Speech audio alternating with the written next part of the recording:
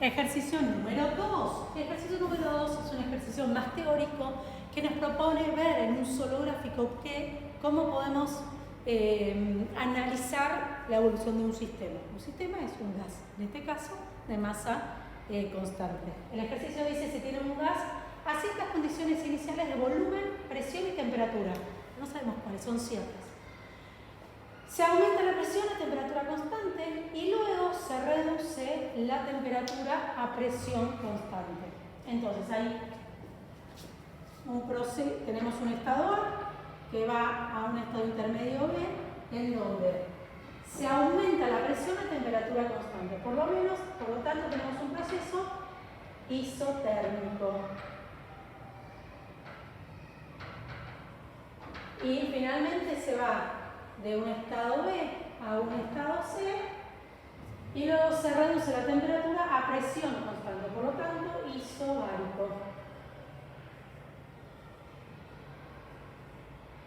A ver si necesito chequear una cosa para no quedarme sin pizarra.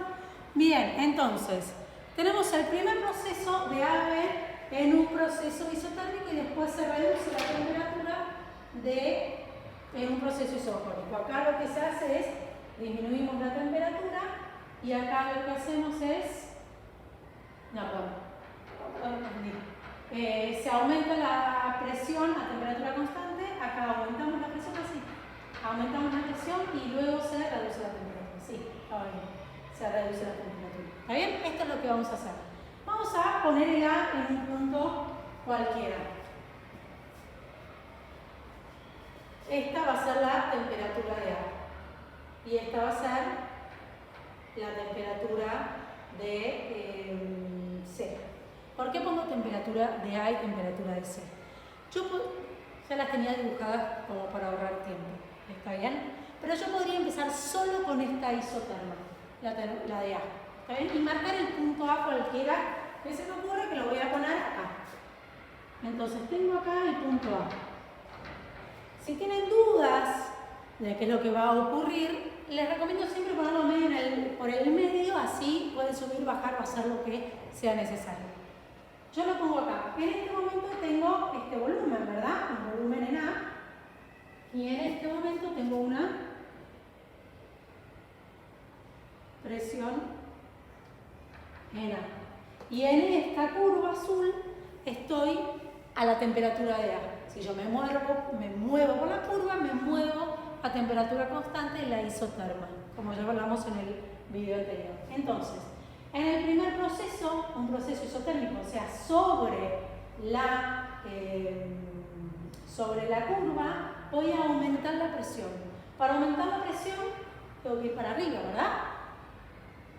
Me voy a ir para allá, entonces voy a encontrar un punto B que aumente la presión. No me importa cuánto, no me lo dice. Simplemente una presión que sea mayor a la presión de A.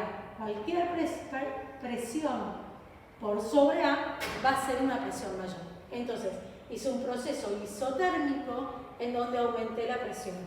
Vamos viendo qué va pasando con el volumen. Cualquier volumen de este lado, de la izquierda de A, ¿qué es? ¿Mayor o menor? Menor. Cualquier volumen para allá es mayor. En este primer proceso, lo que ocurrió es que disminuyó el volumen. ¿Terminó ahí con el proceso? No, me pide algo más. En el segundo punto me pide disminuir la temperatura en un proceso isobárico. ¿Qué significa un proceso isobárico? Un proceso isobárico es un proceso a presión constante. ¿Cómo me puedo mover a presión constante? Y lo tengo que hacer en la horizontal, ¿está bien? En toda esta horizontal, si yo me muevo a presión B, no cambio la presión. Ya habíamos visto en los videos anteriores que cuando la temperatura es para allá, cuando las curvas de temperatura se encuentran a la derecha, son curvas de temperatura que corresponden a temperaturas mayores, y cuando las curvas de temperatura se encuentran para este lado, son curvas de temperatura de menor temperatura. Entonces lo que me está pidiendo es disminuir la temperatura en un proceso isobárico. Eso significa que me tengo que ir a una curva que esté para este lado, no para aquel lado, porque si me fuese para una curva para aquel lado, estoy aumentando la temperatura. Y lo que a mí me dice es que reduce la temperatura. Entonces, de este B me voy a ir por una isobara, bueno, yo y mis rectas, necesito regla, a este punto de acá, que voy a llamar C. ¿Qué hice? Disminuí la temperatura. Ahora, ¿qué pasó con el volumen? El volumen todavía está más lejos, más a la izquierda de A.